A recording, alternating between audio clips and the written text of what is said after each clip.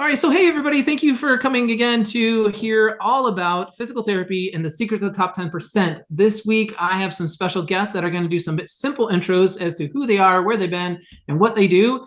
And we're not going to really waste a lot of your time. I know it's not necessarily a waste of time, but you guys have been listening to me for a long time. Let's not talk a lot in this intro. Let's just get right to it. I want to have a conversation with Pedro and Kelly from Prediction Health. And I want all of you guys listening to ride along in this conversation, try to participate in it. I'll try to think about things that you would normally want to know and ask, and you might be interested in. Kelly, who is also very clinically oriented and her viewpoint and relation on everything that we're talking about will also kind of play that part. And poor Pedro is going to be on the hot seat because he is the probably, and I'm not putting Kelly down in any way, but definitely for myself, probably the smartest guy in the room. So we're going to actually tap into some of that super intelligence and bring that to the profession of physical therapy, bring that into the heart of your clinic.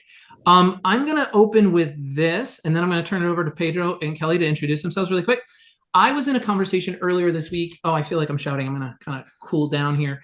I'm excited about this topic because I think the world is moving so fast. And I was just telling Kelly and Pedro, everybody, right before we got on live here, I was like, I am literally finding it really hard to have all the knowledge and answers to all the questions I'm running into on a weekly basis at my fingertips. And it's not ever been like that for me. Not like I'm trying to be self-inflated and boasty here, but I mean, look, I got right here to my right-hand side. I mean, I'm not even like far. I got my impact mag right here. I don't know if it shows up my camera. I mean, I'm reading 55 books a year. I'm podcasting, YouTubing, and reading journals every single time they come, things that therapists and owners just don't have time to do. So I kind of always prided myself like knowing the answers ahead of the questions, but I'm telling you, people, things are moving so freaking fast. I'm a very transparent person. And as soon as we got on this episode, I told Kelly, I said, I'm having a hard time keeping up. I mean, the things are moving really super duper fast. So it's really good that they're on this podcast so we can get you guys out in front of the situations. And what I was trying to explain and what I wanted to lead to was I was informed that therapists are currently getting audited by AI. And if the notes aren't meeting the compliance standards that the third-party payers' AI systems are setting the expectations for, they are getting dinged, they are getting rejected, they are getting denials, they are running into some serious hurdles because the bar of critique is no longer a human being with a flat panel monitor. It is an AI that's digesting, well, I don't know, Pedro's going to correct me, thousands of megabits of information per second and determining whether that note was functional, skilled, had the appropriate components, and blah, blah, blah. And that's scary. That's scary stuff, everybody. I was going to use a different word, but that is scary stuff, knowing that we are now competing with artificial intelligence in our healthcare delivery, right? And I consider the note as part of my delivery of care. So, Pedro, you guys are from Prediction Health. Give us your quick little background story and where you are today, and then kick it to Kelly. We'll do that. And then let's start this conversation because my clients, my members, I mean, we've got thousands of people on Mega Academy's platform. They're getting nervous. They're getting nervous. Like, it's now not humans competing against humans. It's humans competing against AI. So if we can't beat them, we're going to join them. And that's why I have you on this week's episode. But let me give it over to you and I will stop talking. Well, hi, yeah, I'm Pedro Teixeira, co-founder and CEO at Prediction Health. And my background, I'm a big nerd, MD, PhD over at Vanderbilt, which is where my co-founder. And the reason we started the whole company was because we were there learning how to take care of patients, which we were very excited to do. We both view human health as one of the most important things of all, right? If you're not healthy, it's hard to enjoy anything else about life. And we're also very passionate about computers and AI. And this is all the way back in like 2009 range, way before it was the talk of the town. And so we were seeing patients and thinking, well, I'm going to forget things. And I'm going to write these notes and I've got to do all this stuff and all this admin work and remember all these rules. And so many of those different things are things that computers are really good at. And they're maybe not quite as good at being empathetic and being a person there for the patient in the moment. And so we thought, well, it would be really great to use our love of computers and our interest in medicine and combine it in so that you can give really great patient care and that the human can be combined with the computer or the robot, as I like to jokingly, call it, human and robot together to deliver great, efficient care and do all these things that, humans can't do. Like you're not going to sit there and read every single note, for every single person that's come in, that day, or remember everything that you've been doing for, weeks or months or sometimes even years with patients. And so that's how we all got started, starting initially as a documentation company, documentation assistants with human AI scribe assistants to listen and do that. But then we found this really great spot in PT with compliance, which is, again, a thing where you have to remember all these rules and read all these things. And especially if you're running an organization, you've got, tens or hundreds or thousands of therapists. And then it becomes sort of the same problem of, oh, well, I hope people are doing a good job and I hope that they're treating patients and not forgetting anything, but are you going to sit there and read every single note? Well, no, but the computers are really good at that. And so we found compliance and then CPT coding as things that we could build these AI models to help do, provide our service. And then, of course, when you find challenges with compliance or challenges with CPT coding, the very next thing that people asked us was, well, can you help the therapist write the note? Which of course therapists would love. And we said, yeah, we actually have some experience with that. And the technology in AI has advanced very quickly and also been really hard to keep up with, to your point from earlier. And we were like, yeah, we are actually well positioned and can do that and give a nice little one-stop shop basically for all the PTOT AI needs. And so we're really excited to get to share that today. And that's the background. That's the crash course on where we are now in this That's adventure. the Cliff Notes version. So let me make sure I got this right. So Pedro, are you a physical therapist? I'm a MD PhD. Okay. So clinical, So but very rusty now. Yeah, okay, good. So medical provider, MD, PhD, super smart. I get that. That's easy to see.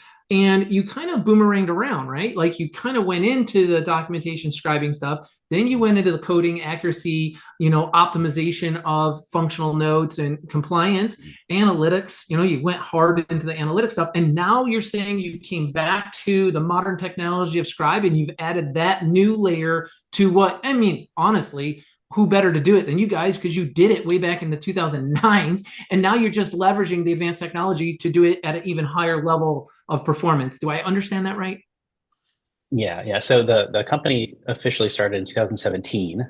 Robbie and I started med school and the PhD thing in 2009. So it's been a Okay, long arc. yeah. But so 2017 we started, and at the time we had a human review because when you're writing documentation, you can't have like a bad note, right? Either it's such a pain that no one's going to enjoy using that service, or you let mistakes through and it's really bad, right? It's healthcare. Like this data is used to take care of people.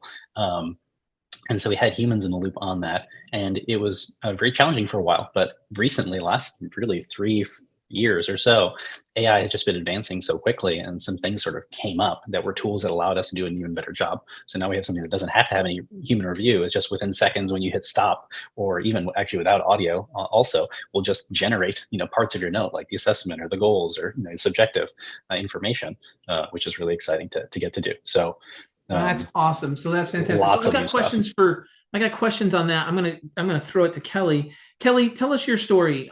You and I have known each other, for all the listeners. Kelly and I cross paths on a regular basis at different conventions and stuff, and she's always been very kind and gracious to me and allowed me opportunities to talk to people because I think we both hit it off real early on because I don't do anything for the money. I mean, I sold my business the first time when I was 38 years old, and then sold it again in 2018. And so I live every day trying to live a better life today than yesterday. And I try to advance the profession of physical therapy and help as many practice owners live a life of greater freedom. And I think freedom is a combination of financial stability with time flexibility. And so everything that drives me is how can I enhance the ability for PTs to go from staff PTs to higher levels of opportunity to have greater financial stability while at the same time optimizing their time flexibility? Because as owners, you're entitled to work-life balance like anybody else. So I think Kelly and I always jived with those kinds of messages because we kind of bat that back and forth every now and again when we're walking around.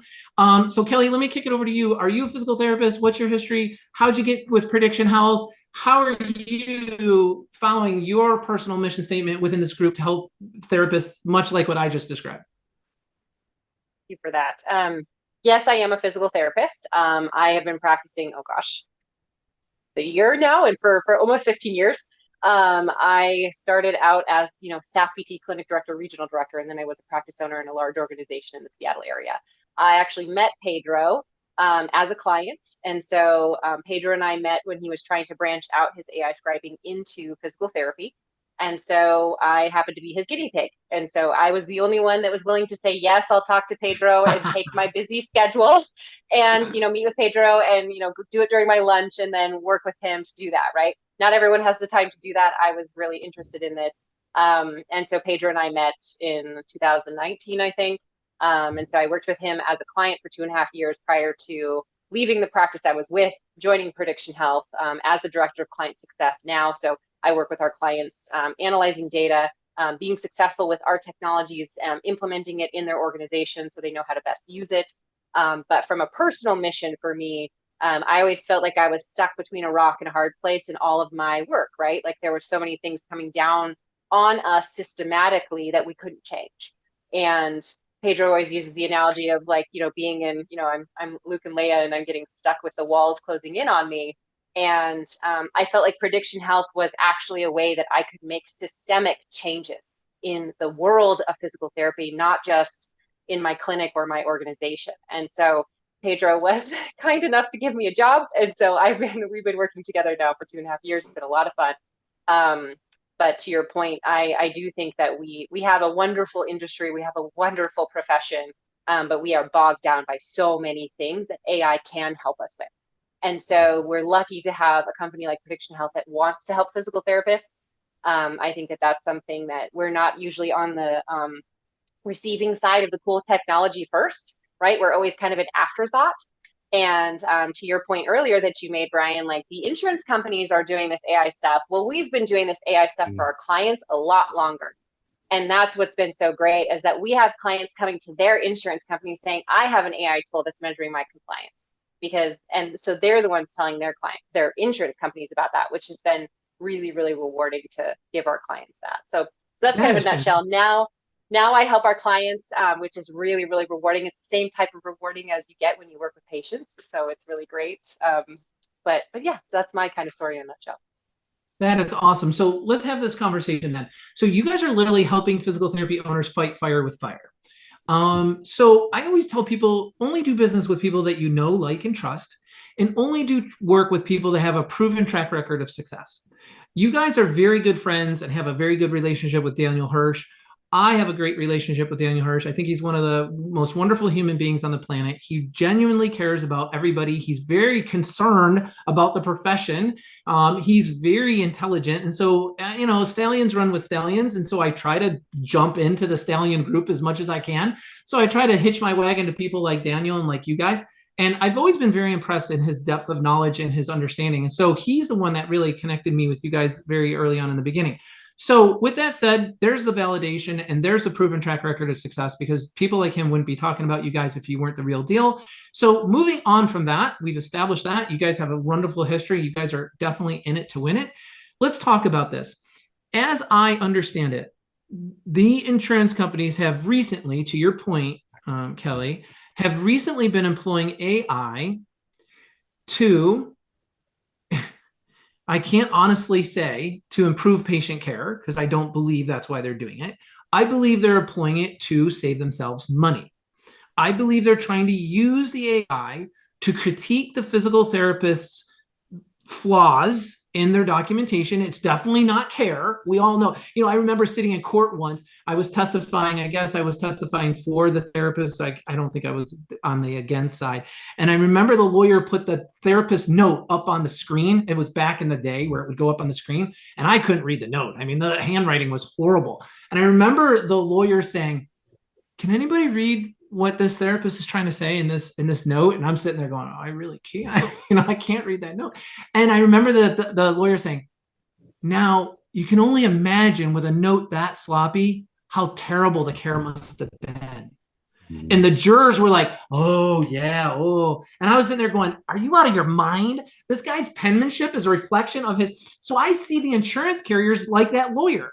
They're using AI to tripwire the paying the bill, paying their obligation for the care. Now, you guys are using AI to fight AI. How is this working in your model? Is this working in the treatment room? Is this a documentation kind of thing they do? How does this work in my day of work and seeing patients? Most therapists are seeing 11 to 12 patients a day.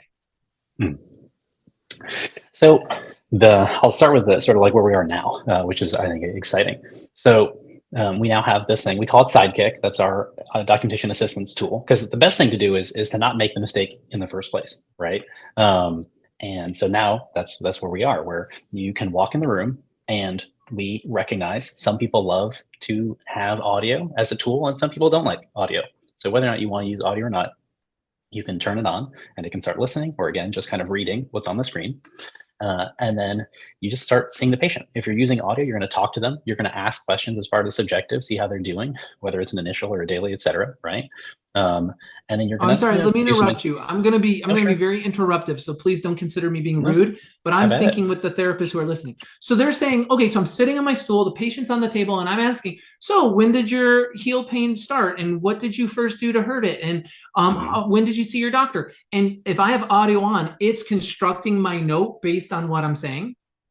It's going to record all that sort of back and forth conversation, both what the therapist is saying as well as what the patient's saying. If you do the physical exam and if you call it out, obviously it's not looking, so it can't just like infer based on watching, but if you call out what you're doing, not yet, right? Video maybe someday, but I don't know. But anyway, it can listen in. Let's hope not, Pedro. Yeah. Cool your mind back. Yeah, no. I don't want to go there. But you can call it out. And Kelly actually had a lot of experience doing this, which I'll turn it back over to her so she can give the therapist perspective. But anyway, to listen to that, you can do education. And oftentimes the education actually covers your assessment, because you're going to educate patients on what their diagnosis is and what the prognosis is and what you want to be doing with them and what the plan will be for them, right? And so it'll capture all of that. And then when you hit stop within, some seconds, it'll go and draft the full thing of your note.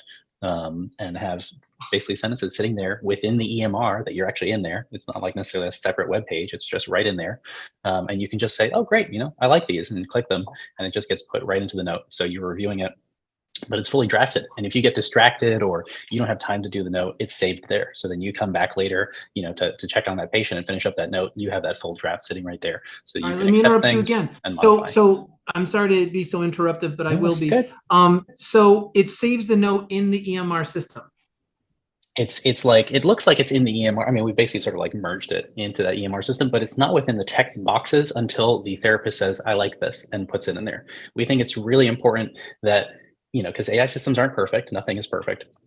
We don't want to put things into the note that a therapist might accidentally accept and then have erroneous or wrong information in that chart. So we do make sure that folks get to review it, but it is saved there so that it's visually in the EMR, and they say like, okay, this is good. And then it actually gets put into the text, so it'll show up in the actual signed off note. So is it stored somewhere else on an Amazon server in this intermediate period of time? Is that how it works? So our thing, there's a Chrome extension basically running, and it can sort of see the screen. It got a secure connection to our backend, the way we have our retrospective or our dashboard product, right? That pulls in the patient information, reads it and processes it. And within that sort of same cloud infrastructure that's HIPAA-compliant, it'll have that information saved there. So then when you pull it back up, it knows to kind of put those things back on the screen because you hadn't, finished reviewing them, let's say. Okay, and then I review them, I click it, it pops it into my EMR according to my back eval template or my shoulder or my knee, whatever it may be. What happens to the data from the cloud? Does it get erased? Are you guys storing it? Is it secure? Should I have something to worry about? I'm hitting you with the technical questions, and I'm coming to you, Kelly, on the application. I get the fun ones. Exactly. So yes, it's all secure. So, again, this documentation assistance product is a newer one. Our original thing was pulling in and connecting to the EMR system and then pulling all that data in, millions and millions of visits, and processing them. So that same, HIPAA compliant cloud infrastructure is what we use for this new documentation assistance tool as well. Okay, good. So it can't be exported from the cloud to some other, is it identifiable? Are the patients identifiable in this cloud file? When you're in that UI, right, you're going to have the patient pulled up, like, Mr. John Smith. And so the information you're going to then see is, of course, related to John Smith. But then, But I mean, when when I'm you're done and done, you've sent it and off. the note is now, I clicked it and it's now in my EMR, what happens to the version in the cloud? So we have the version in the cloud, but we also have like all of the retrospective or all the historical notes in the cloud as well, because those are then processed with our compliance and CPT models as well, right? To then provide that data back to the providers. So we have, the full data set basically for the patient so that we can do the compliance, the CPT predictions, all of our other, models and things that we run on them, in addition to then now real time helping write that note and to write it in a compliant and hopefully optimally coded way. So it's really like a multifaceted kind of analytical service that's happening here. So going back in time, prior to you having the scribe service, which you obviously have perfected. Well, let me not jump the conclusion. Let me ask you this. All AI hallucinates. What's our hallucination rate on this? And maybe you can tell listeners what we're talking about. Yeah, so hallucination is it seems like maybe a funny word, but basically these AI models, like if you went to like a chat GPT or something, when it looks like it's basically typing out its answers on the screen, at each point that it's adding a word, there's a probability associated. And this is my favorite thing about these new generative models. That probability, when they are being trained, they are literally just being trained to figure out what is the next most likely word that I should put on the screen based on all of the things that I'm reading. And the cool insight is that to come up with the most likely next word, well, the best way to do that is to actually understand what you're reading, right? Or what it's typing out so far, right? Because if you were to give a human, a person, like here's a patient note and then hide, the second half of the note, well, the better they actually understand what's going on with that patient and what you would do to treat them, which interventions you pick, the better likelihood they would have of predicting the next words as you slowly uncover, let's say, that note. And so it's a probability thing, which means, again, it's probability. It's not perfect. When you go 2 + 2 = 4, that's not a probability unless you're sort of wondering if someone's going to make mistakes because, they're distracted maybe. For the models, they are probabilistic, which means that they can end up saying something that, it had a low probability perhaps, right? And so then you can end up kind of putting in or start generating things that aren't exactly right. There's a lot of techniques to minimize that. But when they output something that was not, realistic, kind of weird, right? Like they suddenly start talking about the person has, knee pain, but it's a shoulder pain patient, right? That was what we call a hallucination. It's basically a funny way to say that the model is wrong, and it's wrong because it's a probabilistic model that, especially if you don't have guardrails on it, it can output things that are, again, hallucinations or incorrect. Okay, so you guys just heard the answer of over 200 IQ kind of answer. Oh, no. So the simple answer is the AI messed up and just inputted like the wrong word where it shouldn't have been. What is the accuracy? How often should one expect that kind of stuff to happen? Is that a 3% error rate, 5% error rate? So the way I like to think about it is that how many changes is a therapist basically having to do, right, before they say, like, I'm happy with this note, and they sign off. And you're looking at 1 or 2 changes over the course of a note, on average. And I say it this way because the accuracy, the AI might write a sentence that is maybe a little bit different from what you have written, but it's, the same meaning of what you would have written. And people usually don't quibble too much if it, said it in a slightly different way. They're just happy to save the time on writing, their assessment section. Yeah.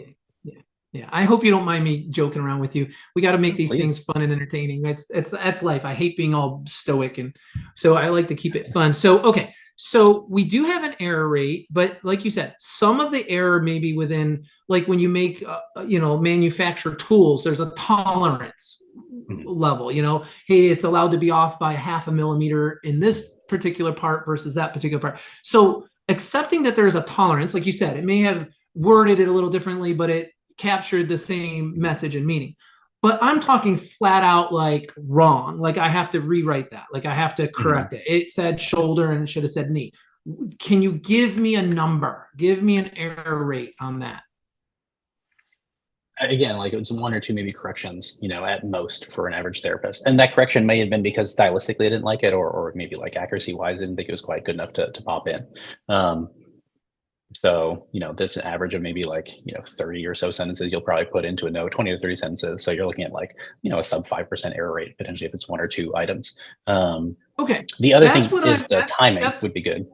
Yeah, and that's my understanding too. That's what my research and my exposure has told me, that AI hallucinations, and it's good. I'm asking Pedro because I just want to hear him just be honest about like what's the tool capable of and what it's not capable of. I knew, asking the question, that the acceptable answer, and this is just me, you can correct me guys, other people can chime in, I can get hate email on this or whatever, but I know the acceptable from my experience and my deep look is 5% or less. 5% or less is typically an acceptable error rate from what I can see. All AI is going to hallucinate. It's going to have something wrong here or there. And let me tell you what, I don't know about you guys listening at home, but when I construct a freaking email, if I don't go back and reread the email and change 2 or 3 things in my stupid one paragraph, I am like, damn, Brian, that was a good email you just sent out. I'm always correcting this word, that word, because it doesn't quite capture the essence of what I want to say. It's not that usually the correction I'm making is correcting what I'm saying, but it's not saying it how I want it said. So anyways, I'm understanding of that, and I think the listeners are too. So thank you for that, Pedro, because that is across the board. No one's gonna get out scot-free sitting in a 45-minute session talking with Mrs. Jones about her arthritic neck and her radiculopathies, and there's no need at all for you not to read what the AI constructed for you. That's absurd. So if you're sitting at home thinking that that's what we're saying, we are not saying that. We are saying that it will do the heavy lift, but you own the responsibility to put your name on the bottom of that you have verified that terminology, that documentation, whether from your pen, pen, from your fingers on the keyboard or from the AIs, you're okay with it, right? And you need to. So Kelly, kicking over to more the in the office kind of thing, are you more inclined? Okay. Are you seeing more therapists flipping audio on, rolling into the room, having the dialogue, and then just, editing the constructed note? Or are you having people just go spend time with the patient and then talking in, if I have this right, I would talk into my system and let the AI construct what I want said from me. Am I right? Those are my two options. And if so, which one do you see therapists leaning more toward? I actually see a pretty healthy combo between the two. There are optimizations in our evaluations specifically where we can, the subjective information, right? Like we're sitting down, we're talking with them. So a lot of our clinicians, our PT specifically, our OT specifically, are using this as a tool to maintain and build rapport with patients without having to look at their computer and type at the same time, right? And so they can actually ignore their computer, focus on their patient, really get a great subjective, gather that information, and then lead right into the objective. Now, doing an ambient listening objective is a little bit of a skill that you have to hone in and teach. As Pedro said, I have some experience with that, so I work with our clients on like if you want to get more of that information, actually listen from an audio perspective in the ambient listening, then I help people kind of like how to do that. What I found when I did this with Prediction Health many years ago was that our patients loved it. They loved when I was verbalizing my exam. They loved to know why I was measuring something, what I was measuring. Is this positive? Is this negative? What does this mean to them? Why do I care? Why do I care as a therapist that they have this particular thing, right? And so it really helped with my education to my patients, with my rapport building with my patients. So I would say the tool itself actually made me a better clinician because I was forced to do that. Then what we find with our clinicians is that they actually then go and use the dictation portion of the audio, right? They push pause, they do some things with their patient, they maybe get them started on some exercises, maybe they do some manual, maybe they're BSing about their weekend or whatever, right? And then they come back to the note later and they quickly dictate things, right? Now, another aspect that we have is with the information that our system has already recorded, it will already pre-build your assessment, pre-build your goals, so that, because those are some of the more time-consuming things too, but because we can actually predict what might be written in the assessment, what might be written in the goals based off what the patient said in their subjective and what you've measured in your objective, we can actually already kind of assume that what might need to be in the assessment and the goals. So the therapist does an ambient listening portion of it a little bit, maybe some of their objective, they come back to their desk, they might dictate some of their objective, but then the assessment and the goals are already there. They might make some tweaks, maybe dictate a couple more sentences that have to do with like an assessment or a plan, something like that might need to be put in there. And then they review, sign, and then they're done. Wow. So that's the Okay. that's the evals. And then the daily notes, we see a combo of some people like to do ambient listening. Some people like to do just straightforward dictation because it's pretty quick. We see a combo of that in daily notes and progress notes too. Throughout the course of my day of seeing 11 patients, 12 patients a day, is one faster than the other? I would say what we find with our therapists is in evals, the audio is faster. And then sometimes just like the self like generating notes is the ambient. faster. Oh yes. Like Yeah, the we do see it. self-generating and also the That's smart true. dictation is faster in the daily notes. Wait, Kind you of lost depends. me. What do you mean self-generating notes? So that's where we are reading the information of what's in the document already. So it's reading the subjective, it's reading the objective information, and then it's already writing what we think could be a good assessment for that daily note. And so it's telling us like, hey, this is what's been happening. This is what the patient is reporting. This is how they're progressing. And it already writes that. So we're finding And a does lot it, of the and does it, therapists. I'm sorry to interrupt, does it take a leap and a stab at the plan for the next session? Not today.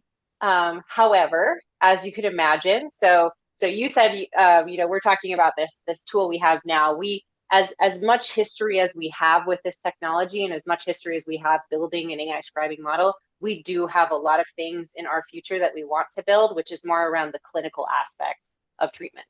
And so using AI to help with help with suggestions of plan care, care plans as we move forward, using of CPGs, all those different types of things as we kind of move forward in the future. So that would be something we would add to the future. Brian, today it's more like, let's get this note done today, not necessarily making decisions about what to do tomorrow. Okay. But I have come across groups that have the AI taking a stab at the plan. And it's pulling from the subjective, objective, and constructing the assessment from the conversations, just like you're saying, all even Steven. And then it's throwing together what it thinks the plan is for the future. Now, I question that a little bit. Just because a company says their AI is doing that doesn't necessarily mean it's doing it well. And I don't know, but it was pretty impressive. I saw we did a little demo, just a conversational thing, and it did it. It populated it. It put it out there. But you know what? I think even not to talk about competitors and stuff, but just to talk about this whole sector. Let's just talk about the sector in all fairness.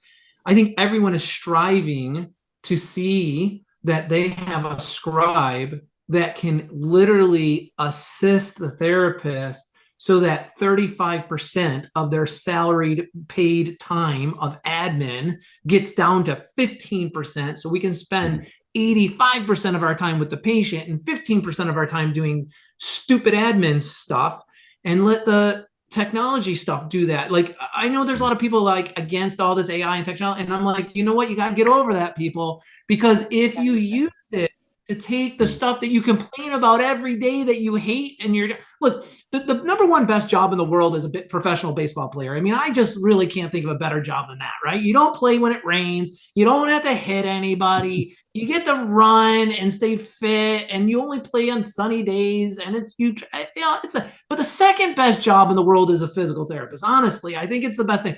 But the thing that physical therapists get burnt out and complain and whine and moan and have their little grievances about isn't the care. It's the admin crap that comes with it. It's all this that you guys are taking this off their plate. So I'm really glad to hear, Kelly and Pedro, that you guys are striving to say our system is smart to pull together and write what your conversation was subjectively.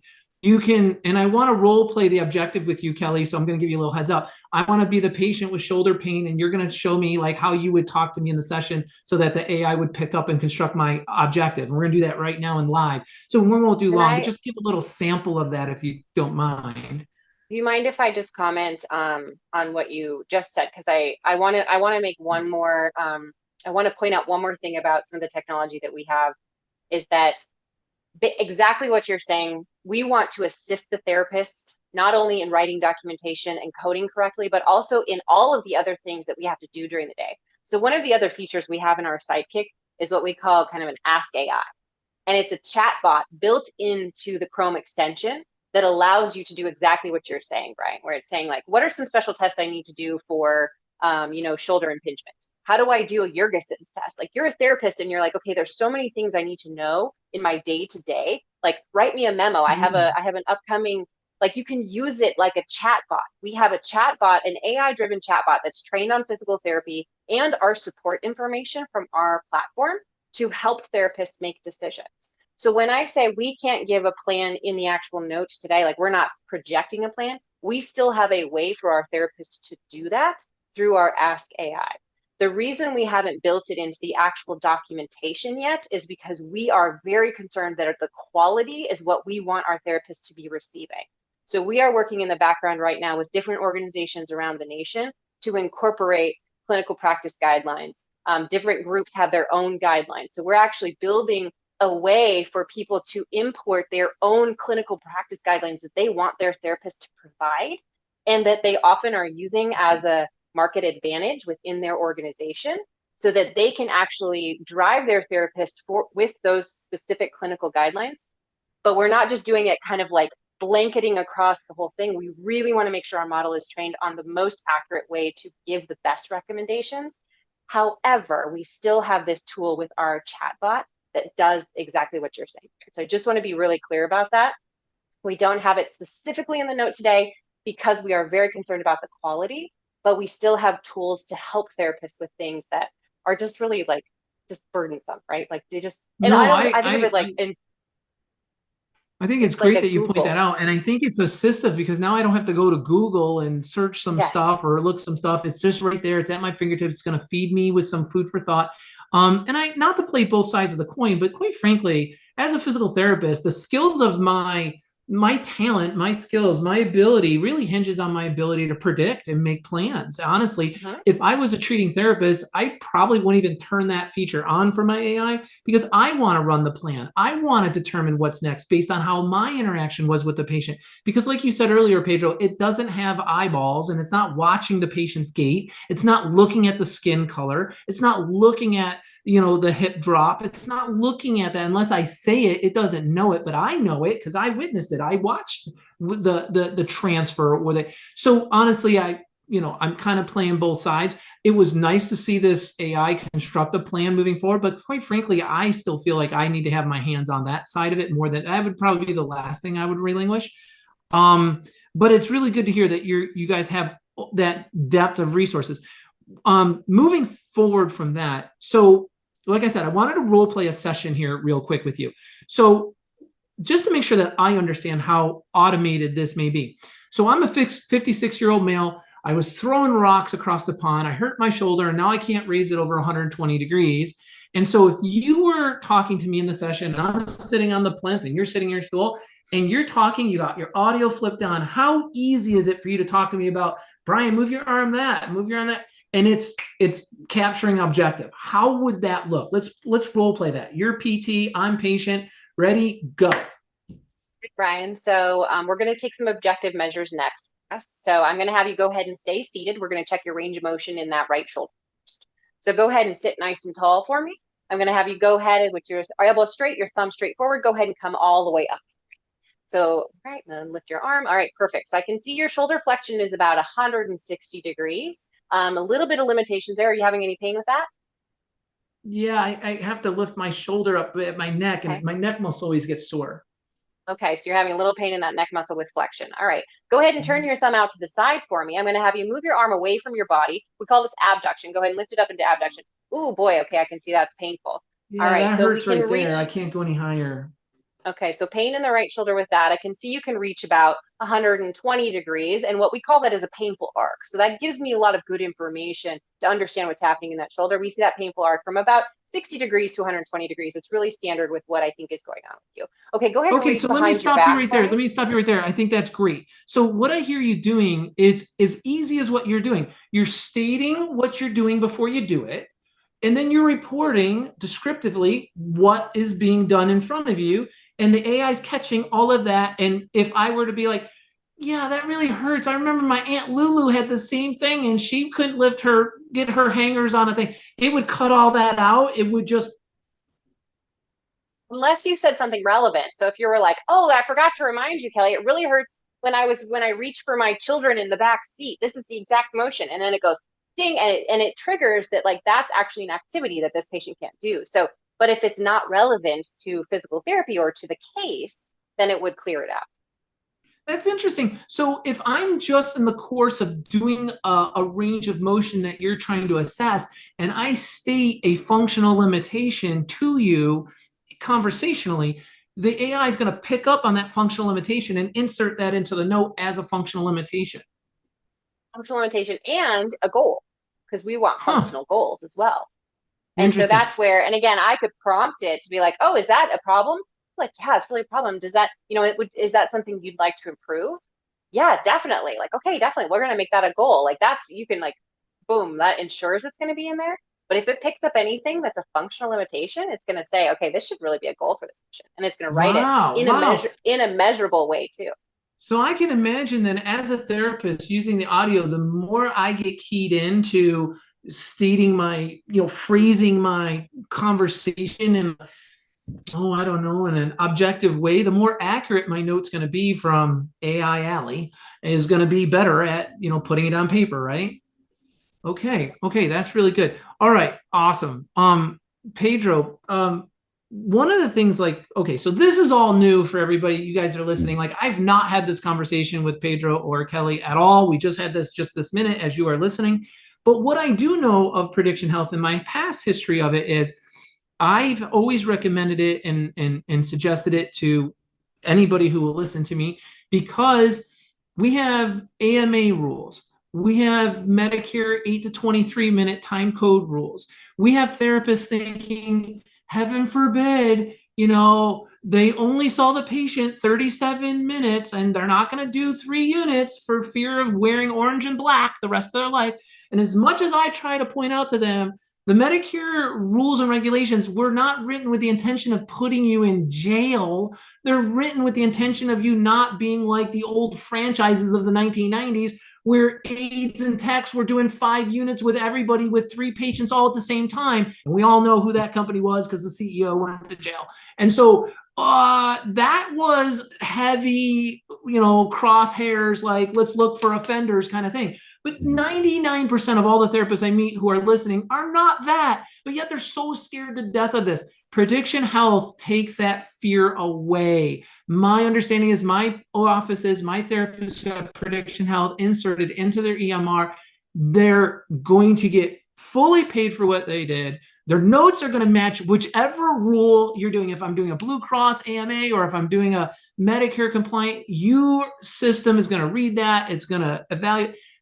Am I explaining that properly? Because I tell you, people are, I literally have an in-service to give next week to a whole bunch of therapists via Zoom on how to get 3.75 units or greater per patient, per session, per day. They still, these new grads still can't even think with it. Oh, unless I'm seeing 1 patient an hour, 1 at a time, I can't do that. And I'm like, oh my goodness, God, that is not what the rules say. But they still have this. And I think academia is putting it in their head. But without me doing these Zoom things to teach them, the Prediction Health takes care of this for them. Does it not? So we have a lot of stuff in that dashboard, the analytics platform, that's not all of it integrated into the real time yet. For the CPT coding, so for example, we've seen this a lot. Someone's doing a full body exercise and they've even written a description of like a functional reason why they're doing the intervention, and they put it under TheraX, and you miss out on an opportunity to maybe put a TheraX code in there, right? Or vice versa, because there's opportunity, maybe to optimize a little bit more. There's also risk. You have people doing a TheraX and it's like warm up on treadmill. And that's also maybe not the best idea. And so we do have, as they're typing their interventions, like including sort of adding their justification, one model that gives them real-time feedback, which is really helpful, because if you're a newer grad, or maybe sometimes you're just doing things really quickly, it's going to tell you like, oh, like that could have been, a neuro or a TheraX or a, et cetera code, or maybe, that shouldn't be a TheraX, maybe that should be a TheraX. So that is running. Think about what Pedro's saying. He's saying you can grab a green TheraBand and you can do 3 sets of 10 of shoulder flexion. And if you say, I did 3 sets of 10 shoulder flexion against the green TheraBand, against the resistance of a green TheraBand for the purpose of anterior deltoid strengthening, it's going to know that's TheraX. But if you say, I was simulating putting a gallon of milk in the fridge, which we all know a gallon of liquid water is 8 pounds, to simulate shoulder stabilization and functional movement of putting a gallon of milk in the fridge using a green TheraBand, still three sets of 15 reps. It's therapeutic activity. Pedro, if I understand this correctly, your system is correcting me on that, even if I had it wrong. It's giving you that feedback real time. So you could maybe do the first one with the strengthening and it's be like Therax and be like, oh wait, but I wanted to make it a Theract code, right? And then as you just type in real time and you start making it that functional reasoning, it'll read that and be like, oh, okay, well now it's okay. So sometimes it's a reminder to add justification based on where you've put, your intervention. And do I have to type it or can I say it? So right now it's live while you're typing. You have it. One of the soon releases will be taking whatever you're sort of saying, and then we'll be using that model to put it into the right code to start. And then of course, you can always adjust it, right? As the therapist, it's their intent that guides it, right? And the model can't read their intent, but it can do their best based on it's been described as, for example. And most people currently are typing on their laptop what they're doing as they're doing it. So that's not a problem. But you're saying in the future, I could be talking to my laptop as I'm doing what I'm doing. Exactly. Okay. Yeah. Awesome. That's awesome. Now, how? So it's going to help me with my coding accuracy. How is it going to help me with my time management so that I'm not leaving? And this is what makes me want to rip my head off. How many people are like, "Yep, I did 52 minutes worth of work. I can't do that. Next code. I didn't do my 53 minutes. And I'm like, are you serious? So where are you guys with that? So this one, I'll hand it to Kelly in a second, but this is why it's really nice that we have the retrospective platform combined with the real-time tool, and that we've been working on that now for years. And there's a lot of features there because you can use that to cover a lot more use cases, including sort of like the minutes, the units conversion. And now at this point, Kelly's the expert. So I'm just going to, step aside. Well, so one of the challenges with this particular problem, Ryan, is knowing what payer rule applies to which insurance. And so from we're looking at a patient, right? And I can say, okay, this is the payer. I have to know the payer rule in order to apply a certain rule to it. So that's the challenge that we're finding now. However, we are working with some of the EMRs that we actually have access to the payer data for each of the individual payers. So we know hey, you can't bill therapeutic activity for this, but so don't recommend that you should, right? You can only bill 3 units. So we're going to cap this out at 3-unit opportunity. But if you try to do way more time, we're going to give you kind of a flag on that, right?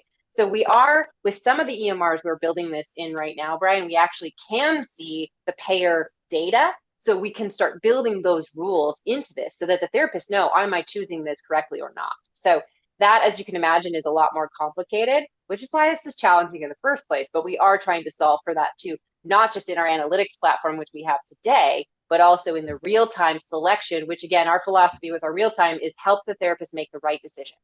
And so we just need to make sure they can do that. But we are actively working on that particular problem. We're still working on it, but definitely see it. We know it's there and we're trying to help people too. Okay, very good.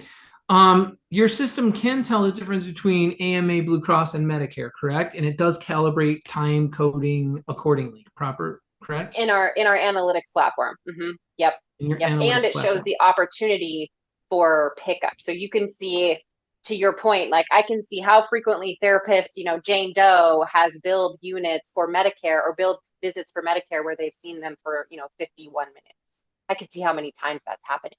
And they're only building, 3 units. So I can see that, and that we give visibility to that in our analytics platform. So you can see every possible problem that therapists have, which we see a lot of different things. I love that. In real time, and your analytics platform pulls from all of the practices history that you've learned over thousands and thousands and thousands of different therapy entries.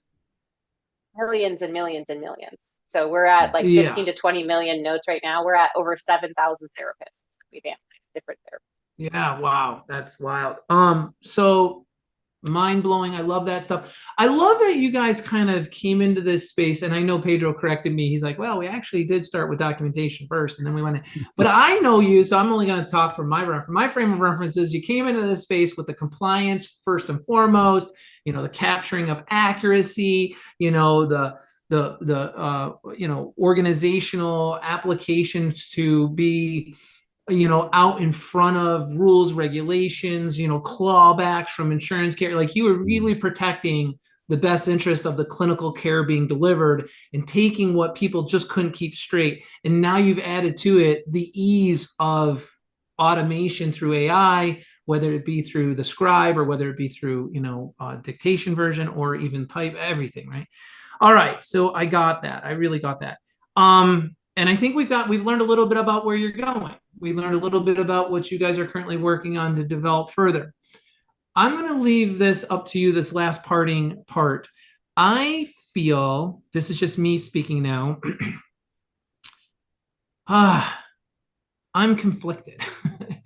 I feel in America, I think Elon Musk is a little bit correct. I think he's a very bright guy. I think he sees the future in a very realistic way. I don't bring politics in anything, so I don't care about any of that. But what I care about is, like, what are we doing, where are we going, and how are we going to get there, right?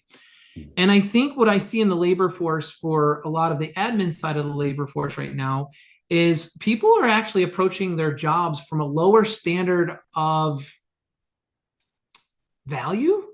I don't know how to say it better other than my grandfather would take a job and relish and cherish the opportunity that was given to him by that employer to have that position, to earn a living of pride through loyalty, dedication, and commitment. And he would boast about his job, like what he did and where he worked and who he worked for. And we are in a society where that's not the case. People will work a job for a day and they'll go out for French fries and they won't come back. Or they'll just work for 3 weeks and have enough money and then they don't. So it's like Elon Musk is like, I'm seeing the future of people looking at jobs like their hobbies. Like, it's good if I work. If I don't work, I do. If I do, I don't. Well, I still feel that the value and the validation of being a therapist is that of pride, but all the other positions around us are just dwindling in that high degree of altitude that it should be. They're just dwindling fast. People are like, well, I can work at Taco Bell for $23 an hour. Why would I want to? Because you're working at a healthcare provider center where you're helping improve the optimum health of individuals. Do you not see the significance of what you're, and they don't. So where am I going with this? I feel that we need AI if that is going to be the overarching attitude to a larger degree on our administrative, our non-clinical side of our employment. God help us if we lose that on our clinical side of employment, because the main reason why I became a physical therapist, and I think everybody became a physical therapist in the country, I haven't heard a third good reason, but one, I want to be able to give the greatest amount of care with each and every session that you blessed me with to be your therapist. And number two, I want to have the highest skills possible and treat you as many times as I possibly can to help you achieve optimum health. So my two main roles are to be clinically efficient, to see as many people in my community and help improve the overall health and well-being of my community, and be clinically relevant, that I am changing your life with each and every session. And I don't think that can ever be replaced. But everything else associated with PT is becoming very concerning. And so I'm going to leave you guys to wrap this up. That's my foresight. And I'm trying to use virtual services, AI services, advanced technology to substitute the losses we're seeing in that side of our profession. Do you guys think I'm crazy? Do you see what I see? What's your feelings? And we're talking about forward-facing future, because you guys are a company that is trying to bring solutions to our future challenges and our current situations. Yeah. Am I right? Am I wrong? So, you want to go, Pedro, or you want me to? I would like for you, Kelly, as a therapist here, to have the final word, and I will just share the thought that I've had here, because I can see where you're coming from, and I think of it as a problem of like a distribution, like a curve, or incentives, right? Like, the more incentive, positive incentive, then the more people will do it. It doesn't mean that 100% of people do it, right? Right? They just kind of slowly shifts, and the bigger the incentive, the more shift in the behavior. And I think that still overall that people are still fundamentally people, and they want to be proud of their work, and they want to feel rewarded, and it can be very rewarding to care for patients. But I think over the years, there has been sort of like some negative incentives, right? There's been some more admin work. There's been EMRs. There's been more of the day as a person taking care of people where you're not taking care of people. You're doing other things. And I think that as you shift and add more and more of that, it becomes harder to see the time that you spend in the job as a job where you're taking care of people if more and more of it's actually time spent inputting information or doing admin tasks and checking off boxes. And so I'm hopeful, this is my part, but then again, Kelly's the real therapist here, but I'm hopeful that if we take the AI and we take away those admin items and we make it way easier to do the documentation and more of the job is taking care of people, that I think that's something that people do still really want to take pride in and to do really, really well. And so that's part of the reason we wanted to get AI in, was to help people do a better job, partly because it could help them, but also because it could free them to focus on the things that the people are the best at doing. And I think that's caring for other people. So anyway, very well said. Very well said. Because, my position is, I mean, Kelly, what it's like being a therapist, and you do too, being a physician. You go in and you're hearing problems all day. And your job is to solve those problems and solve those. Well, as a therapist, I rose to that occasion because I never saw things as problems. I always saw them as situations. I'm like, I can solve that. I can handle that. I never use the word problems. I don't live my life in problems. I don't think problems exist. A problem truly has to exist. You have to have counter intention with matching your intention, which means you have to have a who. There has to be a who for a really true problem. In my definition of the word problem, a problem only exists when there's a who pushing against what your intentions are. Intention, counter intention, that's a problem. Take the counter intention person out of the picture, you don't have problems. So try to create your life where you're going through the life meeting challenges and situations, and that's what makes it joyous for me. That's why I wake up every single day wanting to live a better life today than yesterday, because I'm only living through the situations of my day. Nothing is ever a problem. I never use the word problem. I despise it. But what I do see, and Kelly, I want your opinion, I do see true problems in the workplace more so today than I did in 1992 when I got out of PT school, because I see this mental attitude. I see this social shift. I see this labor force change, this dynamic change. And to your point, Pedro, I do believe all people are good-willed and good-intended, but I think there's been some mismessaging being passed down in our society, whether it be through government or whether it be through whatever, and people are buying into it, and they're coming to work with counter intention. They're literally coming saying, can I get paid for full time, but I only want to work 30 hours a week, but I don't want my pay to get scaled down. I want the same pay, but I don't want to work the same hours. I mean, I literally have people saying stuff like that. And I don't mean to be overarching negative Debbie Downer. It's just my job is I field these things all week long, every day, coaching calls. People are like, Brian, how do I handle these challenges? Because I tell them these are just situations. But a problem does exist when you have a problem person, and that you can't have in your life. And we all know that. You can't be connected to people. You're only as good as the people you surround yourself with.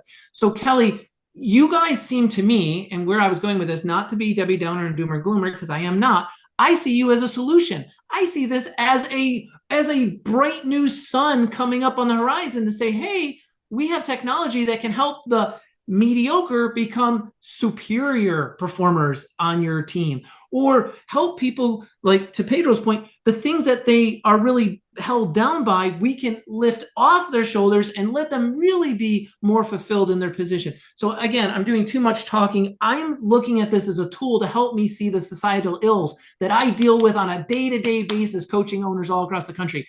Kelly, what says you? What do you say? What do you see? What do you think? That's my summary. So so there is a really great video by Mike. If you know who Micro is, he's the Dirty Jobs guy. Oh yeah, love him. And so he has a thing, and he talks about don't focus on your passion. And to your grandfather's story, right? Like he didn't care what job he had. His passion was to have a job and to provide for his family. And so we have a shift in our culture today where we are searching out passion in everything that we do. Specifically in our workforce. And so the reason I bring this up is because I don't know that we can change that. So Micro has this thing like, don't look for passion, look for purpose, right? It's like, okay, that's great, but it's really hard to do that unless you are coached on how to do that. And so Pedro brought up a really great point of our technology helps therapists connect with the fact and the reason that they became therapists to begin with, which is to treat patients and to be with patients, right? And to do a really good job with it too. But there's all the other people that we work with. There's our front desk staff, there's our techs, there's all these people that also are not in that same, they don't have that same passion. They didn't go to PT school for this. Right. And so, but we as practice owners and as leaders and people who really own businesses like to do this. They like to coach. Brian, you did this all day, where you can coach people to see the passion in something, but you have to have the time to do it. And so that's where, like, you talk about this all the time, Brian. Like, I need the time to run my business, which means I have to get rid of these administrative things. So we talk about our tool helps individual therapists really be able to connect with the reason that they became therapists to begin with. But our tool also helps practice owners to be able to actually have time to connect with their non-clinician staff to help them be better people, to help them connect with the purpose of their organization. We have some of our clients who do this so well. And people, they have techs that have worked with them for years. They have front desk people who are just lifers because they love their company and they can expend energy doing that, but they make it a purpose. But we all don't have time for that. Like, if you're running a clinic, you're also seeing patients, 30 hours a week. It's really hard to do that. But if you can use AI to decrease the amount of time doing admin, you actually can spend time with those problem folks. You can make that problem a not problem because you actually have time to address it. So I think good leadership can really change that, but your leaders cannot be bogged down by things. And that's where we can come in and really help. So I do think, and again, I don't think we're going to shift culture to change people's mindsets, an entire generation of people who are searching for passion, which I think is an exhausting thing, by the way, because you can find passion in a lot of things. But I think that we have to help train individual people we work with every single day to see that what they do as a front desk person can be rewarding and they can be passionate about it, even though there's a lot of hard parts about it. So that's my kind of I think that there is a lot to that, and we can help leaders be better leaders because they don't have to expend their energy doing other things. That's why I see our groups work so well together. We're so synergistic, because I could not agree more. I always say, as part of our Mega Academy training, our job, our responsibility as the CEO, leader, clinical director, clinical manager, our sole main responsibility is to lead, educate, and motivate. If I come to work and I'm not leading, like bringing my organization, my group dynamic into the future with some innovative strategy, technology, application, thought process, concept, I'm not educating. I'm not spending time. If I'm not spending time in trying to lift up the ability and skill development of those around me, what am I doing? If I'm not finding innovative things to move my company forward, what am I doing? And motivate. What am I doing to motivate my team and staff? I mean, that's why Mega Academy is so successful, because we have a holiday game every single month. We have a patient game every single month. We have staff games every single month. We have gamification. We have gamification in all the practices we work with. We have a 10-minute meeting with each and every employee per month to sit and listen to them so that we can find something that we can acknowledge them on personally and we can validate them for professionally. If I'm not acknowledging people for who they are as a person and validating them for their abilities and what they bring to the table, what am I doing? Why am I at the head of this organization if I'm not acknowledging and validating, if I'm not leading, educating, and motivating? So all of you guys listening, you should ask yourselves those questions. But to Kelly's point, which was so well said, we may have that burning desire to do that and be that owner, be that practice clinical director, but we don't have time if we're so concerned about wearing orange and black and my notes aren't matching my documentation, my coding's not reflected in my functional notes, my goals aren't met. You've got tools like PredictionHealth that's going to take that 35%, 40% of your weekly time spent on admin, squeeze it down to maybe 15% of time so you have more, what I like to say, more of your beingness available to you to share with those around you. And thus, people are like, I would never leave my job for $1 more an hour. I found home. I found my people. I feel that they genuinely care about who I am as a person and what I do here. That is your responsibility, listeners. That is your responsibility as an owner. That is what we stress so hard in Mega Academy. And that's also why we have these outsourced services and we have these partners like PredictionHealth. We can't do it all anymore. It's not 1992. It used to be great to walk in and grab my paper charts, walk into the room, write on my note, turn it in. God love us, man. I would pay anything to go back to paper charts. anything to throw this computer out the freaking window and never see it again. I would love that. Of course, Pedro's like losing his shirt right now, but I would love it to go back to my pen and paper, but it's just never going to happen, guys. It's just not going to happen. So let's use this technology. Let's advance ourselves. Let it do the heavy lifting on the stuff that just isn't clinical. It's not the empathetical side. It's not endearing to us. And let's just be that person and literally be that for the people around us. Lead, educate, motivate, invest in knowingness of others and their beingness and their validation of their professional skills. I kind of pushed you guys on that negative side, and both of you bounced back very positively. So well done to you guys, because that's how I see the world too. You didn't take the bone on that. That's really good. But you know what? Elon Musk, he does have a little bit of a point. There is a sector of the population that is starting to look at work as an option of, maybe I will, maybe I won't. You know what, people? Here's our parting words. We're going to end this podcast. Just don't hire those people. Those aren't the people you hire. Find the best and the brightest and cherish them and give it your all. So that's it for this week. I hope you've enjoyed learning about these guys. All the links will be below. Go to their website, check it out. There's a video there, there's a demo there. There's no better people than the people here at Prediction Health who can help you. As always, that is our goal here at MEG, is to bring business associates that can help advance the profession of physical therapy and help you live the life of a practice owner that you deserve. So that's it. That's it for this episode. Start each and every day expecting to do well, everybody. See you later. Talk to you next week.